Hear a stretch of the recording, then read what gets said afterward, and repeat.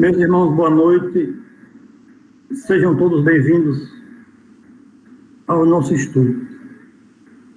Primeiramente, a minha gratidão a Deus pela oportunidade de iniciarmos esse ano juntos, mais uma vez, na busca do conhecimento sobre a verdadeira vida, a vida espiritual. É uma alegria para mim estar junto com vocês na busca desse estudo. Portanto, iniciando esse ano, primeiro dia do ano, e estando junto com vocês na busca do estudo sobre a interferência entre o plano espiritual e o plano físico, para mim, é uma alegria.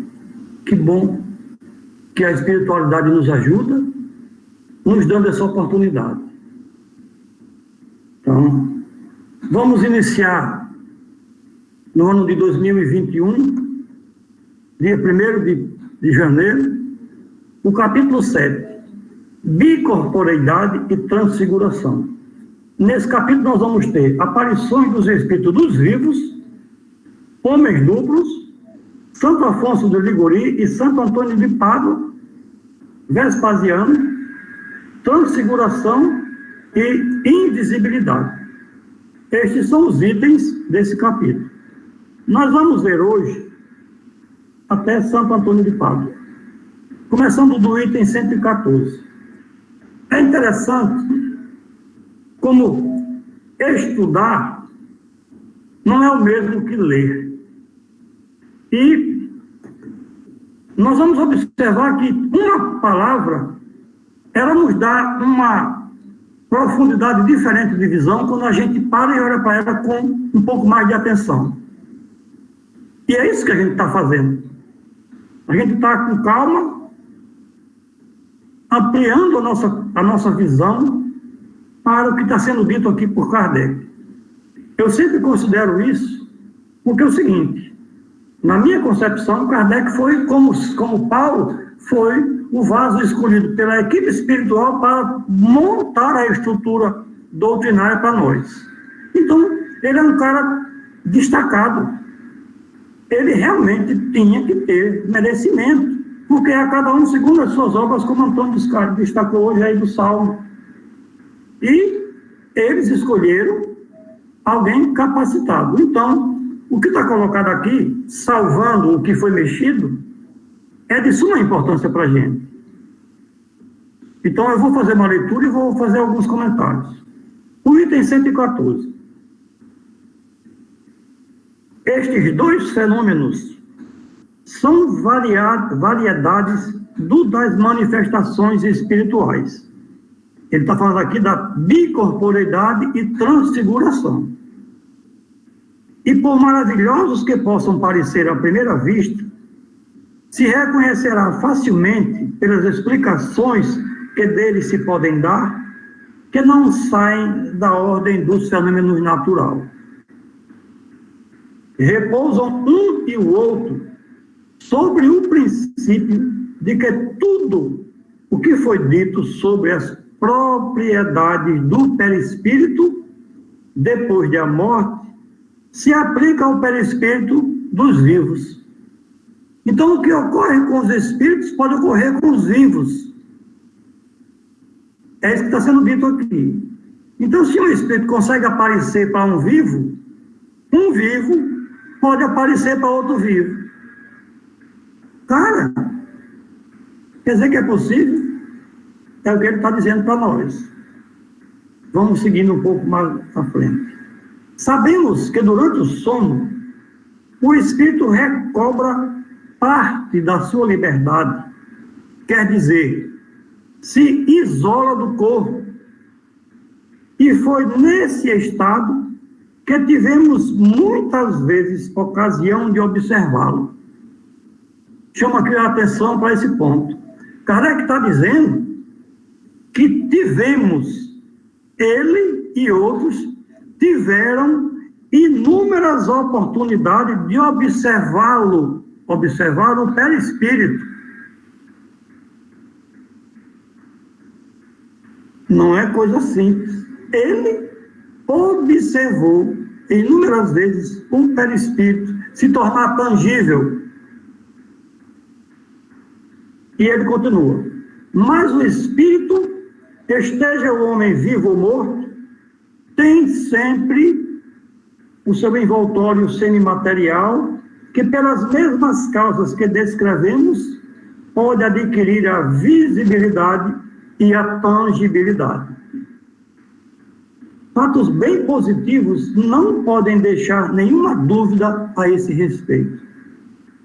Não citaremos senão alguns exemplos de que são do nosso conhecimento pessoal e dos quais podemos garantir a exatidão, podendo cada um recolher fatos análogos, consultando suas reminiscências. Kardec vai citar para nós exemplos que ele teve conhecimento, ele vivenciou, vamos colocar dessa forma. Item 115. A esposa de um dos nossos amigos viu por repetidas vezes, durante a noite, entrar em seu quarto, quer houvesse ou não luz, uma vendedora de frutas da vizinhança, que conhecia de vista, mas com quem não havia jamais falado. Essa aparição lhe causou um medo tanto maior, porque nessa época, essa senhora não tinha conhecimento do espiritismo, e esse fenômeno se renovava muito frequentemente. Ora, a vendedora estava perfeitamente viva, e a essa hora, provavelmente dormia.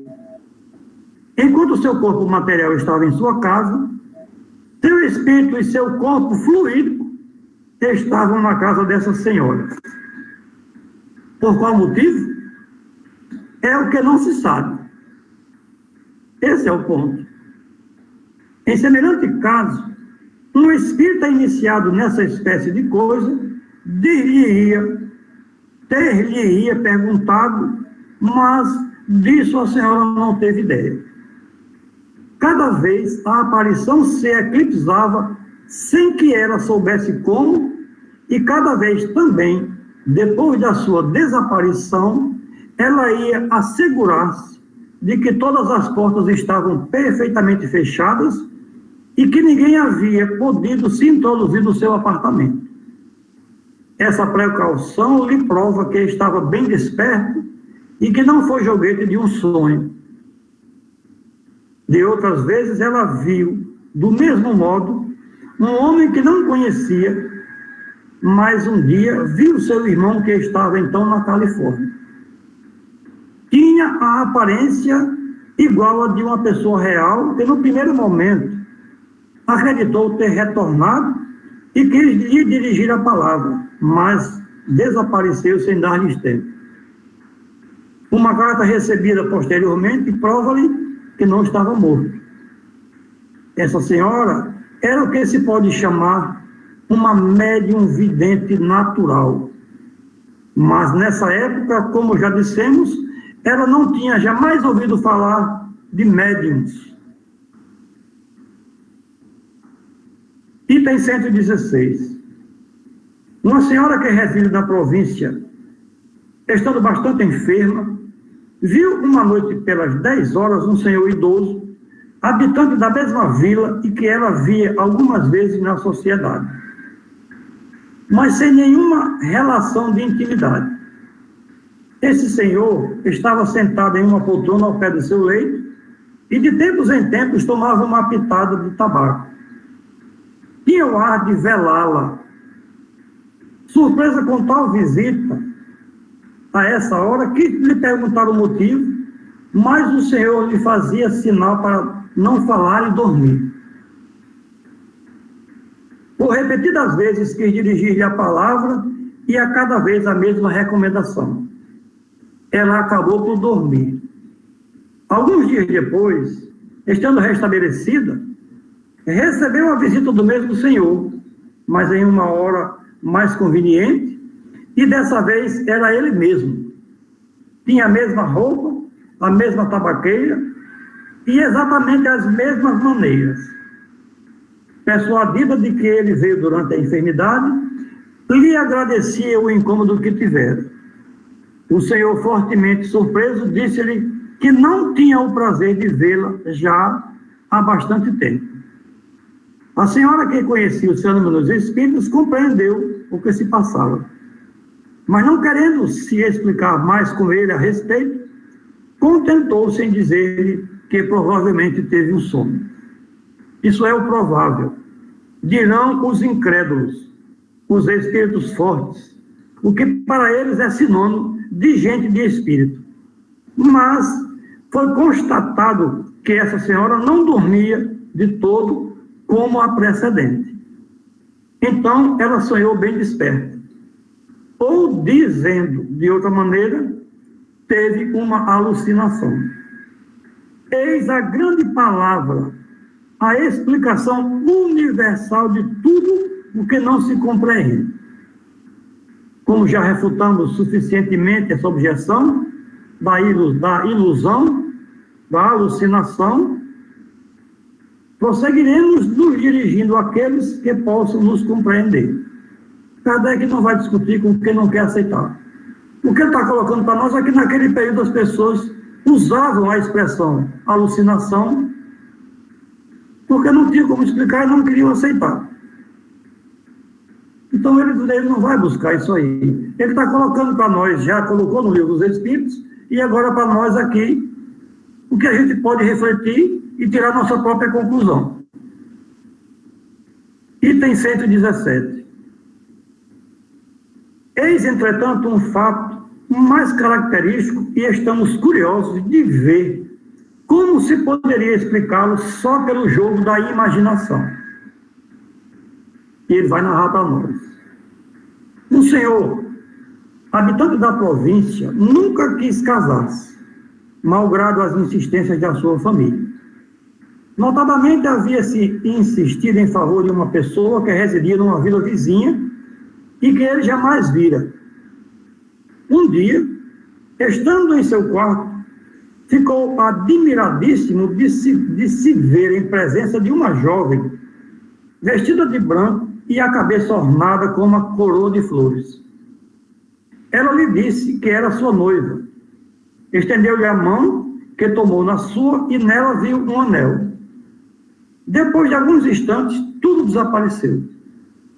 Surpreso com essa aparição e estando seguro de que estava bem acordado, informou-se se alguém tinha vindo nesse dia.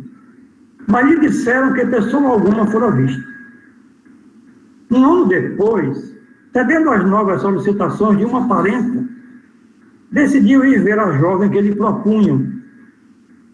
Chegou no dia de Corpus Christi e, quando voltava da procissão, uma das primeiras pessoas que vê entrando na casa é uma jovem que reconhece como sendo a que lhe tinha aparecido. Ele estava vestido do mesmo modo, porque o dia da aparição era também o dia de Corpus Christi. Ele ficou desorientado e, de sua parte, a jovem soltou um grito de surpresa e sentiu-se mal. Voltando a si, disse que já tinha visto esse senhor em igual dia do ano precedente. O casamento foi realizado. Isso foi em 1835. E nessa época não havia a questão dos espíritos. E, aliás, um e outro são pessoas de um positivismo extremo e de imaginação a menos exaltada que há no mundo. Disse-a, talvez, que ambos tinham o espírito impressionado pela ideia da união proposta e que essa preocupação determinou uma alucinação. Mas é preciso não esquecer que o marido lhe era tão indiferente que ficou um ano sem ir ver a sua pretendida. Admitindo-se mesmo essa hipótese, restaria para ser explicada a dupla aparição, a coincidência do traje com o dia do Corpus Christi e, enfim, o reconhecimento físico entre pessoas que jamais se viram, circunstâncias que não podem ser o produto da imaginação. A doutrina espírita ela forçosamente nos faz raciocinar, refletir, para que a gente se posicione. A doutrina espírita não aceita nada dito pura e simplesmente. Pede para que nós façamos um raciocínio em cima da temática ou em cima do que tenha sido proposto, para que eu próprio me conscientize de que é dessa forma. Item 18. Antes de ir mais longe, devemos responder imediatamente a uma questão que não se pode deixar de indagar, que é a de saber se como o corpo pode viver enquanto o espírito está ausente. Poderíamos dizer que o corpo pode viver da vida orgânica que independe da presença do espírito. E a prova disso é que as plantas vivem e não têm espírito. Mas devemos acrescentar que durante a vida o espírito jamais está completamente desligado do corpo. Os espíritos, da mesma forma que certos médiuns videntes, reconhecem o espírito de uma pessoa viva pelo rastro luminoso que chega ao seu corpo, fenômeno que jamais ocorre quando o corpo está morto, porque então a separação é completa. Por essa comunicação, o espírito é advertido instantaneamente, a qualquer distância que esteja, da necessidade que o corpo pode ter da sua presença, e então ele volta com a prontidão de um relâmpago. Disso resulta que o corpo jamais pode morrer estando ausente o espírito. E jamais pode ocorrer que este, no seu retorno, encontre a porta fechada, como disseram alguns romancistas em suas histórias de pura invenção. Ele nos reporta ao Livro dos Espíritos, números 400 e seguinte. Vamos avançar um pouco mais e vamos até o item 119. Voltemos ao nosso assunto. O espírito de uma pessoa viva, isolada do corpo, pode aparecer como de uma pessoa morta e ter todas as aparências da realidade. E mais, pelas mesmas causas que explicamos, pode adquirir uma tangibilidade momentânea. Este fenômeno é designado sob o nome de bicorporeidade, que deu lugar às histórias de homens duplos, quer dizer, de indivíduos cuja presença simultânea foi constatada em dois lugares diferentes. Eis dois exemplos tirados não das lendas populares, mas da história eclesiástica. Santo Afonso de Liguri foi canonizado antes do tempo necessário por se ter mostrado simultaneamente em dois lugares diferentes, o que passou como sendo um milagre. Santo Antônio de Pádua, que estava na Espanha e enquanto aí pregava, seu pai, que estava em Pádua, ia ao suplício acusado de uma morte. Nesse momento, Santo Antônio aparece, demonstra a inocência de seu pai e revela o verdadeiro criminoso, que mais tarde sofre o castigo.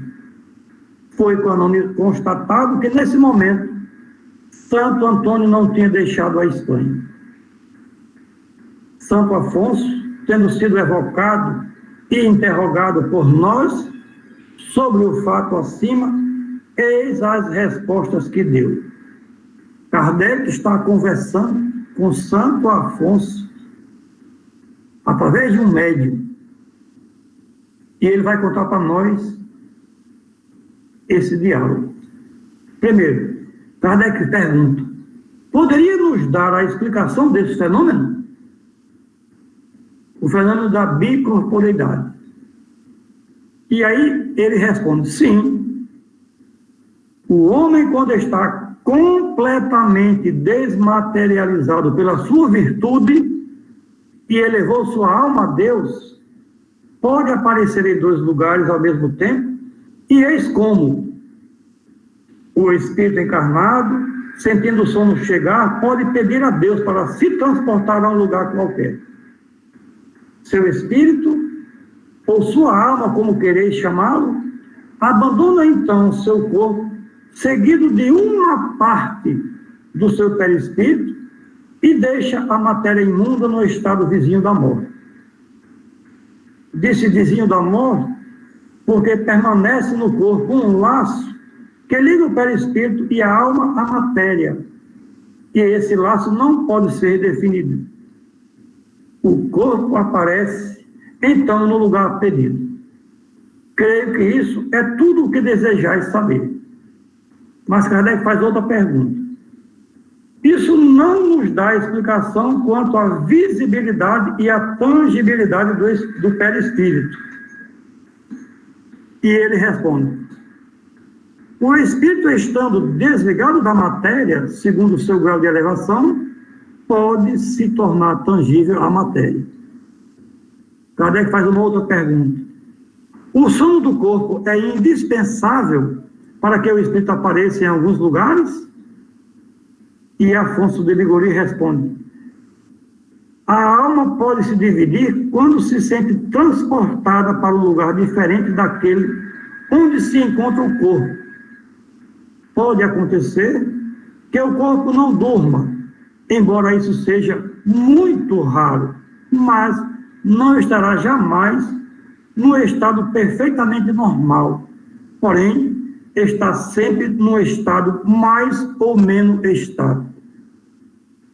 Kardec faz uma nota a essa questão. A alma não se divide no sentido literal da palavra.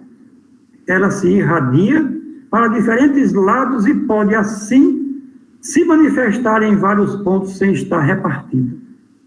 Ocorre o mesmo que há uma luz que pode se refletir simultaneamente em várias vidraças. Kardec faz uma outra pergunta, que é a pergunta número 4. Estando um homem mergulhado no sono, enquanto o seu espírito aparece em outro lugar, que sucederia se fosse despertado subitamente? E Santo Afonso responde: não sucederia nada, porque se alguém tivesse a intenção de despertá-lo, o espírito reentraria no corpo, prevendo a intenção, já que o espírito lê o pensamento. Mais um ponto para a gente considerar. Kardec está dizendo aqui para nós que o espírito, mesmo dos vivos, no estado de sono, consegue ler o pensamento dos outros espíritos, encarnado ou desencarnado. E ele faz uma nota. Uma explicação inteiramente idêntica nos foi dada várias vezes pelo espírito de pessoas mortas ou vivas. Santo Afonso explica o fato da dupla presença, mas não dá a teoria da visibilidade e da tangibilidade. Portanto, vamos parar por aqui, porque é bom deixar um tempo para a gente poder trocar ideias e buscar abordar algumas dúvidas que a gente tem. Nós estamos percebendo que existem muito mais coisas que a gente ainda não pode saber. A teoria da como é que o corpo perispírito se torna tangível, a gente ainda não tem condições de saber. Como é que os espíritos irão explicar para nós essa estrutura, esse poder mental do espírito, se a gente ainda não sabe nem a base? Então, certas coisas, elas vão ficando um pouco mais à frente.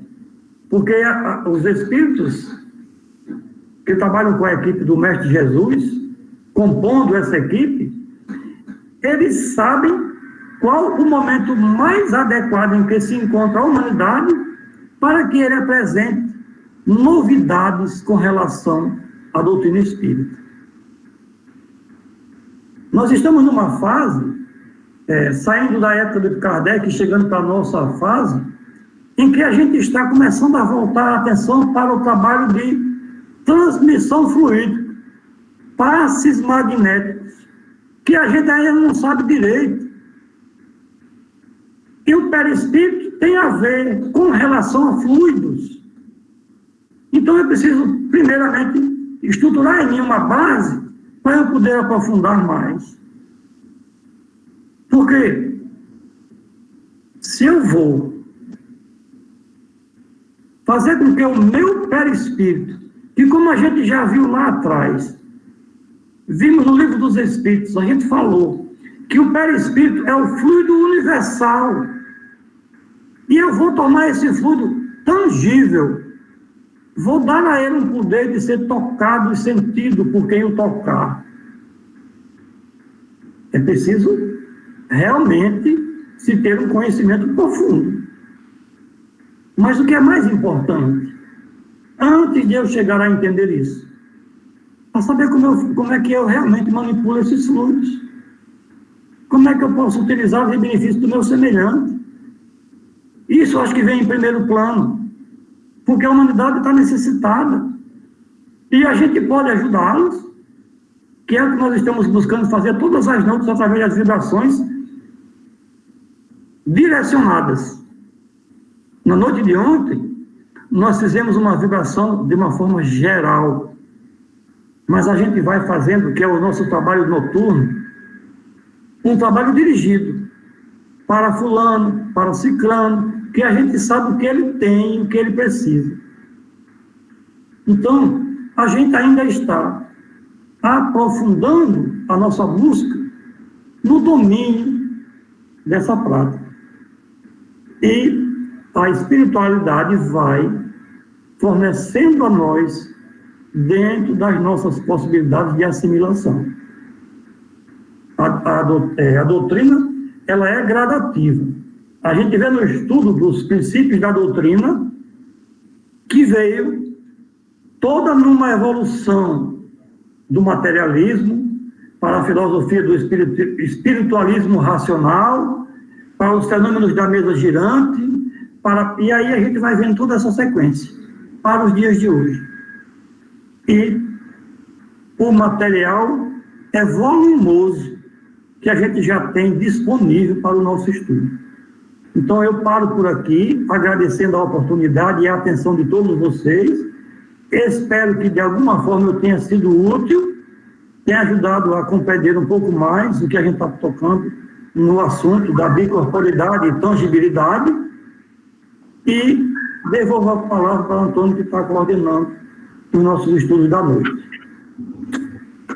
Sr. Inácio, eu vi aqui que Vespasiano, no item 120, ele se refere à mesma matéria. Você não acha interessante a gente terminar, já que na próxima semana poderíamos passar já para a segunda questão? Você quer que eu... Porque, veja bem, o item 120, que é o 20 que o senhor se refere, fala de uma experiência análoga de Tácito. Certo. Na próxima semana nós vamos estar falando na transfiguração, que é uma outra... E como ainda nós temos tempo, seria interessante ver este exemplo, que vai do 120 até o 121. Isso na minha percepção. O que o senhor acha? Sem problema. Vamos em frente. O que eu não quero é sufocar demais nas informações, mas vamos lá. Vamos avançar um pouco e seguir no item 120. Tácito reporta um fato análogo. Vamos lá. Durante os meses que Vespasiano passou em Alexandria para esperar o retorno periódico dos ventos de verão e a estação na qual o mar se torna seguro, vários prodígios ocorreram pelos quais se manifestaram o favor do céu e o interesse que os deuses pareciam tomar por esse príncipe. Esses prodígios redobraram em Vespasiano o desejo de visitar a morada sagrada do Deus, para consultá-lo a respeito do império. Ordenou que o templo fosse fechado de todo mundo. Entrou mesmo, todo atento ao que iria dizer o oráculo, e percebeu, atrás de si, um dos principais egípcios de nome Basilide, que sabia estar retido doente há vários dias de Alexandria. Informou-se com os sacerdotes se Basílide estava nesse dia no templo, se informou com os transeuntes se o viram na cidade, enfim, enviou homens a cavalo e se assegurou de que, nesse mesmo momento, estava a 80 milhas de distância. Então, não duvidou mais que a visão não foi sobrenatural. E o nome de Basílide tomou-lhe o lugar de um oráculo. Histórias, Tácito, livro 4, do item 81 a 82, tradução de Bornhoff. O item 121. O indivíduo que se mostra simultaneamente em dois lugares diferentes tem, pois, dois corpos, mas desses dois corpos, só um é real, o outro não é senão uma aparência. Pode-se dizer que o primeiro tem a vida orgânica e que o segundo tem a vida da alma. Ao despertar, os dois corpos se reúnem e a vida da alma entra no corpo material. Não parece possível, pelo menos disso não temos exemplo, e a razão parece demonstrá-lo, que no estado de separação, os dois corpos possam desfrutar simultaneamente e no mesmo grau da vida ativa e inteligente. Resulta, de outra parte, do que acabamos de dizer, que o corpo real não poderia morrer enquanto o corpo aparente estivesse visível. A aproximação da morte chama sempre o espírito para o corpo, ainda que por um instante. Resulta igualmente que o corpo aparente não poderia ser morto, porque não tem organismo e não é formado de carne e osso. Desapareceria no momento em que se quisesse infligir-lhe a morte. Veja só, aqui ele diz que um só é real. Essa palavra a gente tem que entender que o que ele está dizendo para as pessoas naquela época é que é real, porque as pessoas só aceitam o que é real, o que toca e que sente, que vê. Mas a gente sabe que o perispírito é o verdadeiro corpo do espírito. É tanto que ele é permanente. E quando a gente morre, a gente está com ele na vida espiritual.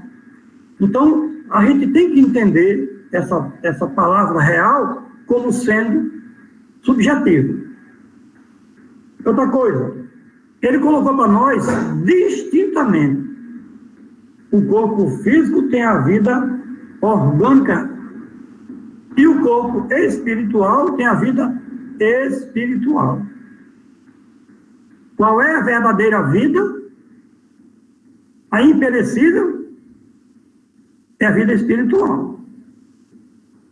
E é nesse campo que tudo que nós já adquirimos se encontra gravado. É tanto que a ciência diz que a cada 7 anos nós temos um corpo físico novo. Mas eu me lembro da minha infância, ainda hoje. Me desculpe. Então, não é no corpo físico, não é no cérebro material que fica guardado as minhas memórias. A vida real é a do espírito. E o corpo real é o perispírito. A gente estava, até então, enganado, valorizando a vida física em detrimento da vida espiritual. Agora, a gente está começando a voltar a nossa atenção para o nosso eu real, o eu imortal, aquele que vai ajuntar tesouros no céu. Nós não estamos mais preocupados com a nossa conta bancária, porque isso vai e vem, mas com o que eu estou adquirindo que realmente eu jamais perderei. Eu estou abrilhantando o meu corpo perispiritual e dando o devido valor ao meu corpo físico como um instrumento de ação do eu espírito, enquanto nesta fase de aprimoramento na vivência da vida física. Há uma imensa diferença de visão nossa quando a gente passa racionalmente a entender que a verdadeira vida é a vida espiritual.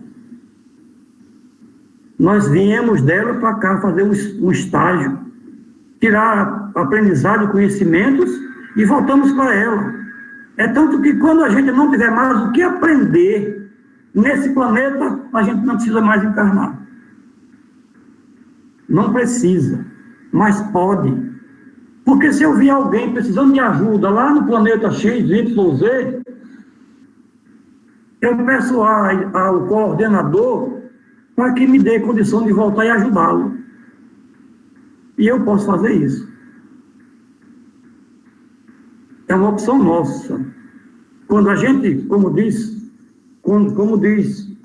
Santo Afonso, o homem, quando está completamente desmaterializado pela sua virtude, e um homem virtuoso, a gente vê lá no Evangelho segundo o Espiritismo, é aquele que ama e ama. Não está preocupado, não tem nada de material. Então, quando a gente estiver nessa condição, a gente vai poder pedir a licença para ir ajudar aquele que está necessitado. Porque aquele que é virtuoso não vai poder ficar em paz enquanto vê um irmão seu em sofrimento. É o caso do Mestre Jesus, é o caso de Bezerra de Menezes. E a gente está começando a aprender nessa escola, tentando chegar o mais perto possível desses dois exemplos. Ok, meus irmãos? Muito obrigado, Sr. Inácio. Colocado, né? Acho que ficou bem esclarecido para todos nós, mas assim eu gostaria de abrir esse momento para que nossos irmãos possam se posicionar. Então estamos com os microfones abertos aí para que um por vez possa usar da sua palavra. Antônio. Oi, Fátima. Oi. Pode falar, João, depois eu falo. Não, companheiro, fala primeiro. Pode falar. Não, eu lembrei agora do nosso mentor, né, Eurípides Bassanufo. Ele tinha essa capacidade, né, da bicorporeidade, né, e foi relatado vários casos, né, onde ele estava na sala de aula com seus alunos e ele ia atender pessoas que estavam necessitando dele em outros locais, né. É bem interessante isso aí. Eu tenho conhecimento do nosso mentor, não sei se tem mais. Vocês conhecem alguém que tenha também essa capacidade?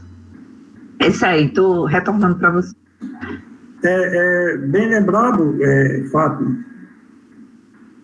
Kardec disse isso lá em 1864. E nos anos 1900, nós estamos vendo a confirmação disso. Existe um livro, não me recordo agora qual é, onde tem uma narrativa de uma professora que já tinha sido demitida por 3 vezes pelo fato da bicorporeidade. Ela ensinava no colégio de freira, e aí, de repente, as crianças dentro da sala de aula, ela dando aula, aí as crianças começavam a olhar para fora do jardim e se intertinham porque ela, a professora, estava lá fora. Aí foi demitida a primeira vez, foi para outro colégio, e por 3 vezes, ela disse, meu Deus, eu já não sei o que fazer. Ela não tinha o controle. Então, a gente vai ver que o que é dito nos livros, a gente recebe a confirmação no nosso cotidiano. É isso aí. João, pode usar a palavra mesmo. Boa noite a todos os irmãos. Muito bom o tema de hoje, né? E conforme o senhor Inácio já tinha explicado também, né? Você vê que essa bicorporeidade, ela pode ser de encarnado para desencarnado e de desencarnado para encarnado.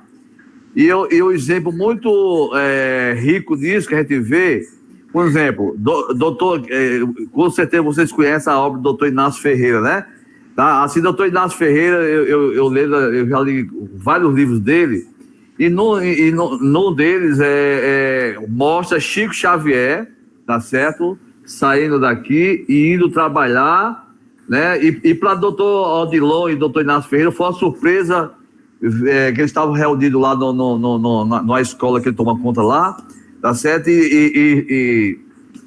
E Chico Xavier apareceu dizendo, não, nós temos um trabalho para fazer, e eles foram diversas colônias espirituais lá para fazer distribuição de cesta de Natal. Era um período da época do Natal, né?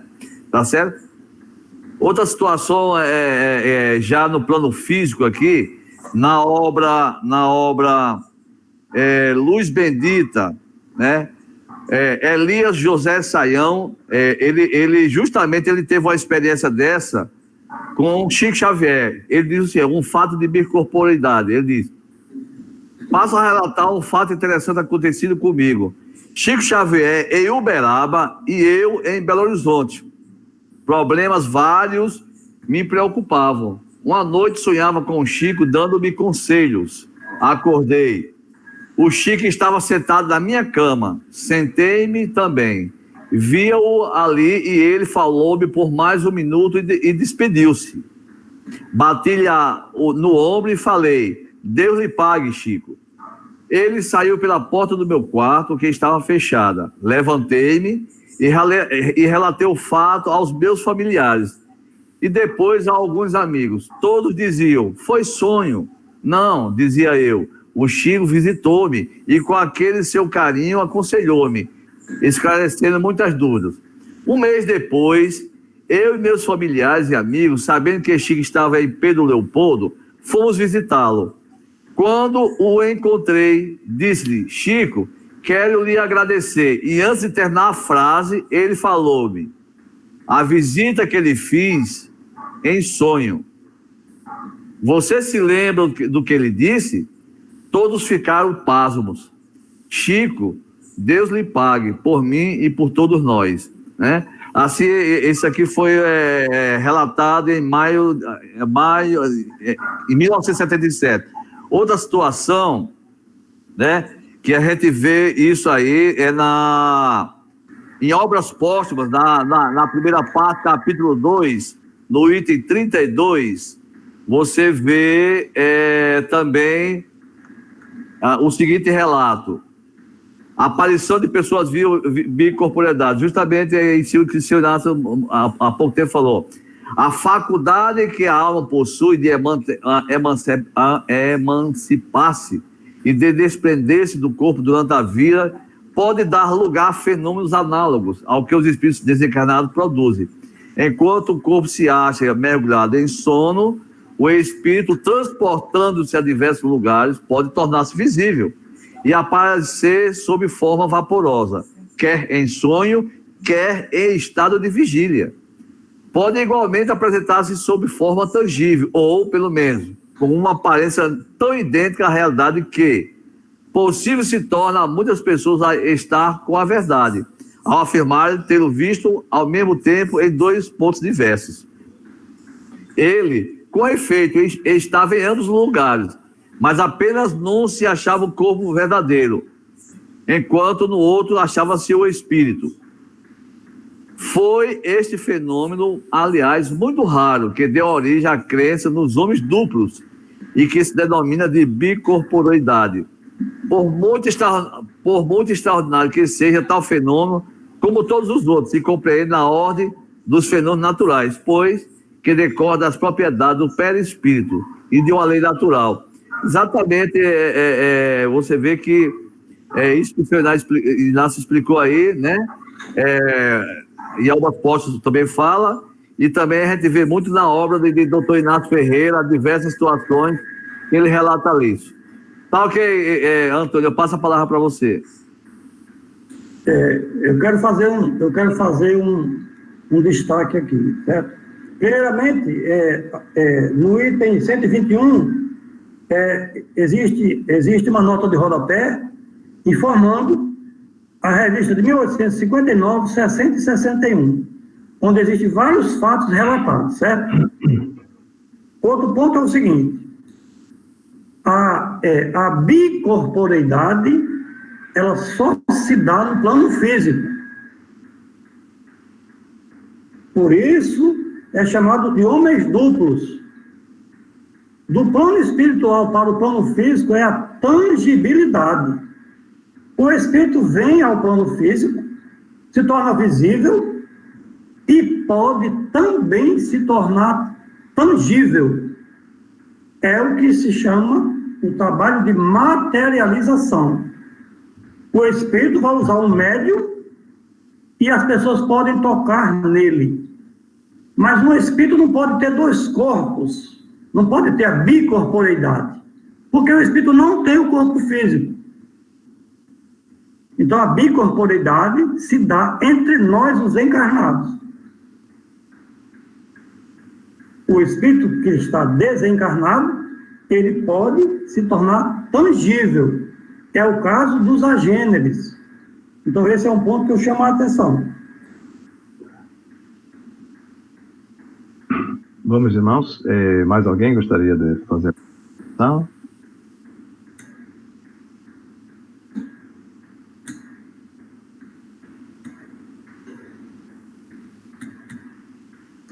E existe nuances nessas situações. É aquilo que eu falei.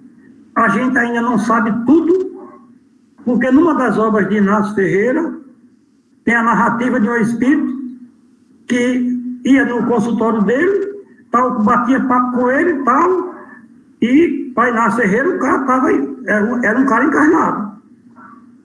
E lá para as tantas, esse espírito vai dizer, olha, eu sou desencarnado. Mas aí eu aprendi com uma turma lá que eu fosse para o cemitério e observasse quando enterravam aqueles que tinham acabado de morrer, e lá naquele corpo ainda tinha alguma matéria, algum fluido material que eu podia absorver e me tornar, digamos assim, um corpo encarnado. Rapidamente falando, eles ensinaram a esse espírito a tomar forma física, como nós, absorvendo energia dos defuntos. É uma narrativa, que eu não me lembro agora qual é o livro, de Inácio Ferreira. Então, tem várias e inúmeras situações que a gente ainda vai assimilar. Senhor Inácio, eu me recordo exatamente dessa narrativa de Inácio também, de Inácio Ferreira, referindo a esse fato. É verdade, ele se referiu nisso aí. Mas algum irmão gostaria de fazer alguma colocação? Alguma questão?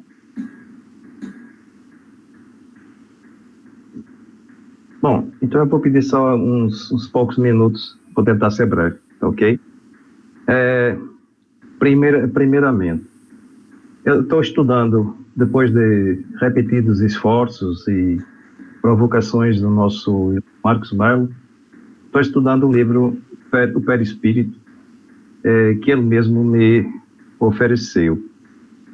E realmente fica bem mais claro quando a gente entende o mecanismo, como é que funciona a natureza, como é que a alma, entendendo-se a alma como o ser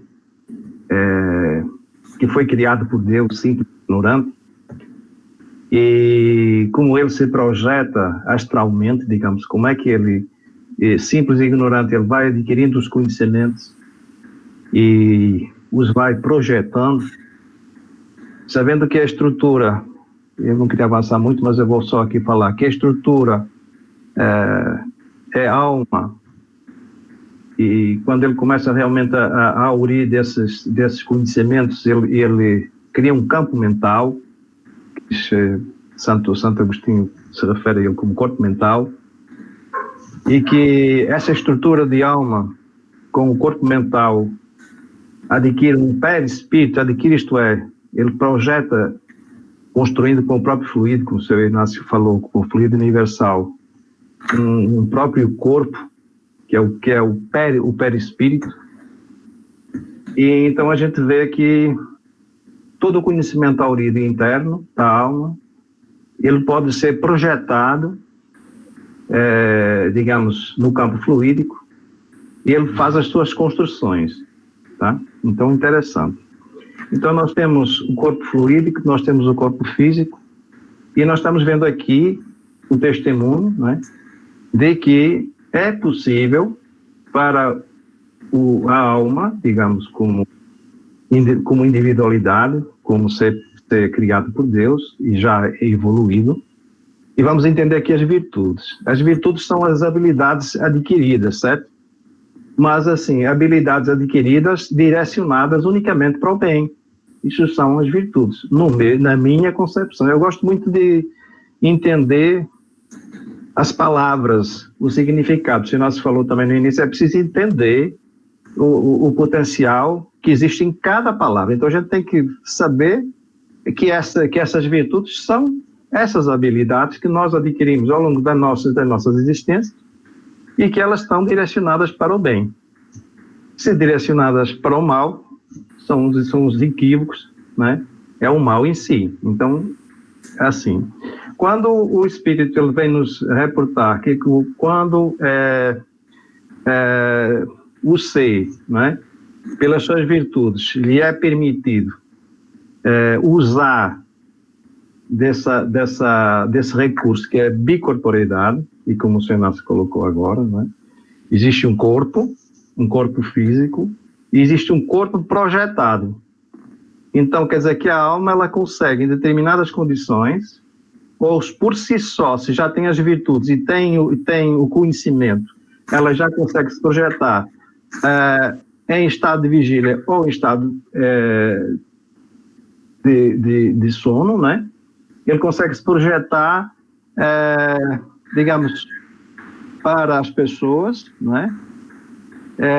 Projetando somente uma imagem, quer dizer, porque ele, ali na frente, naquela última parte, ele disse que existe um corpo real e existe um corpo não real. E esse corpo não real é a projeção. Ora, nós sabemos que hoje a nossa tecnologia, através das holografias, permite, e veja bem, nós temos aí um intermediário que é a tecnologia, né? Permite que determinada imagem seja projetada através dos meios tecnológicos a milhares de quilômetros de distância. Está no palestrante, por exemplo, palestrando num centro de convenções, né? E na realidade ele está lá holografado, como se fosse Irlanda, ele se desloca, tá? E como se ele estivesse, ou melhor, ele estando a 3.000 quilômetros, ou 4.000, ou 5.000, não importa, mas ele estando presente para as pessoas que estão naquela audiência, a imagem dele. Isso já é possível. Nós chamamos isso holografia 3D. Mas existem outros tipos de holografia, porque 3D, né, são as nossas coordenadas espaciais. Mas existem holografias hoje muito mais complexas, que são as holografias 7D, que eles pegam, além das nossas coordenadas espaciais, eles pegam também o tempo e outras coordenadas também. Então, fica extremamente real. Hoje, já a tecnologia do homem hoje já consegue fazer isso através dos recursos tecnológicos. Agora, em determinadas condições, per si, segundo as suas virtudes, como nós vimos, ou de acordo com a ajuda dos próprios seres mais avançados, dos benfeitores espirituais, é possível que, vamos lá, que o ser, que nós, né, na nossa essência energética, que é a nossa alma, tenhamos condição de projetar também a nossa própria imagem de acordo com, vamos lá, o benefício que se possa traduzir para alguém ou para si próprio. Isso eu acredito em determinadas condições. E eu gostaria muito de continuar, mas seria uma conversa muito longa. Agora vejam bem, talvez Marcos Melo possa se lembrar de um fato que ocorreu na Casa Espírita durante a preparação de uma palestra, no período que antecede a palestra, e eu estava cuidando de dividia a água nos copinhos, a água que iria ser fluidificada nos copinhos. Eu acho que eu até comentei esse fato até com o Inácio na época. E entrou Aureliano na sala, né? E disse, aí quando chegou perto de mim, disse, como é que você fez isso? Eu disse, fiz isso o quê? Como é que você estava lá fora e está aqui dentro? Eu acabei de cumprimentar você lá fora e você está aqui dentro. Ele disse, não, você está maluco, porque eu estou aqui dentro. Ele disse, Marco Melo, olha, esse menino tá doido, né? Não, eu acabei de passar por você na porta, você me recebeu, eu falei com você, tá certo? E vim imediatamente aqui para dizer, você está aqui dentro. Como é que você fez isso? Eu disse, você só pode estar doido. Né? Eu disse isso para ele porque eu não tinha consciência de nada. Agora, é interessante, porque na minha memória, depois, quando eu comecei a pensar nisso aí, e veja bem, eu não me considero detentor de nenhuma virtude, certo? Mas acredito que como outros exemplos que nós recebemos na casa, né, que são importantes e marcam as nossas vidas, são, digamos, que o que a gente está aprendendo, a gente vai vivenciando na vida comum nossa, né? Eu me lembrei que, realmente, na minha memória, tinha ficado registrado, não, assim, digamos, não imediatamente, mas tinha ficado registrado a chegada dele no carro, na rua, que realmente eu tinha visto ele entrar no centro, tá? E isso ficou bem marcado para mim, porque estava no registro da minha memória, quer dizer, porque isso ocorreu, eu não sei, eu não sou virtuoso, mas acredito que seja um exemplo, né, que é para que eu pudesse pensar e pudesse começar a juntar aquilo que eu estava aprendendo, aquilo que nós estamos aprendendo em conjunto, né, com a realidade da ciência cósmica, que vai muito além do nosso conhecimento.